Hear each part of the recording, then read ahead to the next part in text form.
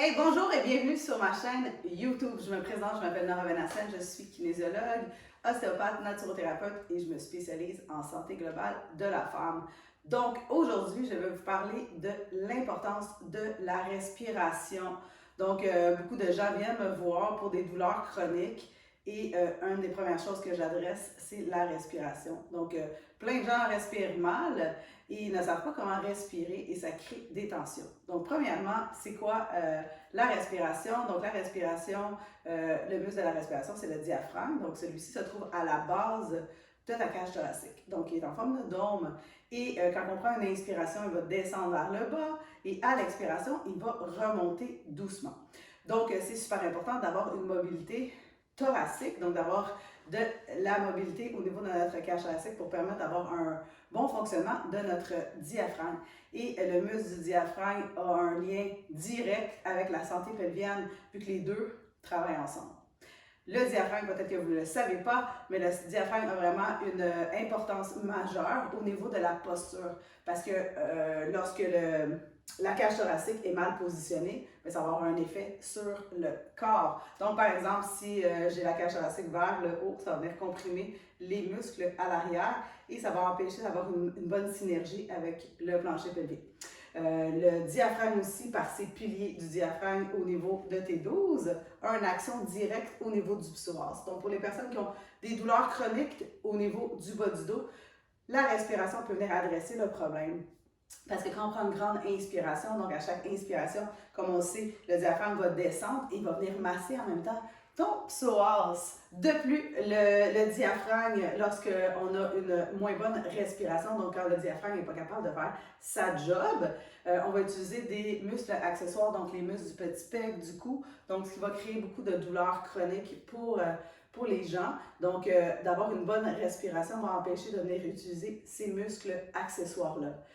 La respiration va aider aussi également pour les personnes qui vivent beaucoup de stress, donc qui vont nous permettre de sortir du mode sympathique, donc comme fight or flight, comme si tu avais un mammouth qui te court après, donc ça crée beaucoup de stress pour le corps, et t'emmener plus vers le mode parasympathique, donc rest and digest, qui va permettre à ton corps de se relâcher. La respiration, si vous n'êtes pas encore convaincu, va aider à venir oxygéner vos tissus et va aider au niveau de la réparation. Donc, la respiration doit être la base pour les personnes avec des douleurs chroniques pour justement venir aider à réparer les tissus, mais également pour nous sortir justement de cette chronicité. Donc, aujourd'hui, je vais vous montrer mes 3 exercices préférés pour la respiration. Donc, on va commencer premièrement la respiration en 360, donc avec un câble ou un élastique, on va venir les déposer à la base ici de notre thorax et on va pouvoir prendre des grandes respirations 360. Donc, on va vouloir inspirer, créer l'espace latéralement et à l'expiration, on va bien doucement, ce qui va nous permettre de venir travailler nos petits muscles intercostaux, donc tous les petits muscles entre les côtes. On veut les travailler. C'est pour ça que souvent on a beaucoup de douleurs entre les omoplates et dans la partie supérieure du dos, parce que ces petits muscles-là ne font pas leur job. Donc les gens ont beaucoup de points de tension, mais si on les utilise jamais, bien, ils vont s'atrophier. Et s'ils s'atrophient, c'est là qu'on ressent la tension. Donc vous pouvez le faire debout, couché sur le dos. Donc bref, ce qu'on veut, c'est vraiment venir respirer, créer de l'espace dans notre cage thoracique et expirer doucement. Donc, essayez de bouger notre cage thoracique en 360. Notre cage thoracique, c'est un cylindre. On veut créer de l'espace latéralement pour venir travailler ces petits muscles-là. Donc, vous pouvez faire 10 répétitions, 10 grandes et profondes inspirations. On va inspirer, on crée de l'espace. Donc, on sent notre cage thoracique venir s'ouvrir de chaque côté. On expire, relâche doucement. Et on accompagne le mouvement avec notre élastique, ce qui va nous permettre d'avoir un feedback. Mon deuxième exercice préféré, pour créer de l'espace justement dans le dos, pour avoir cette respiration dorsale, back body expansion, comme on dit en anglais. Donc, c'est dans la position de l'enfant du yoga.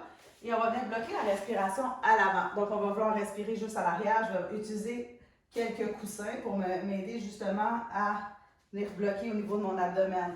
Donc là, je n'aurai pas le choix d'envoyer ma respiration dans mon dos. Je vais utiliser un petit bloc de yoga ici pour aider au niveau de ma tête Et là, ce que je veux faire ici, c'est en bloquant la respiration vers l'avant, vraiment envoyer la respiration vers l'arrière. Je vais venir prendre de grandes et profondes respirations et c'est important d'inspirer le plus possible et d'expirer par la bouche en faisant le son ha qui va te permettre d'aller rechercher encore un petit peu plus au niveau de tes intercostaux et de tes abdominaux. Même chose ici, on en fait à peu près une dizaine pour aider justement à aller redonner du mouvement. Et le dernier exercice que je vais vous montrer aujourd'hui, toujours dans la même veine pour aller chercher de l'expansion dorsale, c'est dans la position du squat. Donc, on peut être assis ou non, dépendamment de votre flexibilité. Et là, je vais me placer dans une position squat. Je vais venir bloquer la respiration en avant et je vais respirer à l'arrière dans mon dos. Si j'ai plus de flexibilité, je pourrais faire la même chose en venant me tenir comme ici là, sur mon rack. Et je vais venir faire la même chose ici. Ce qui va me permettre de venir relâcher ici mes muscles du bas du dos, donc mon carré des lombes.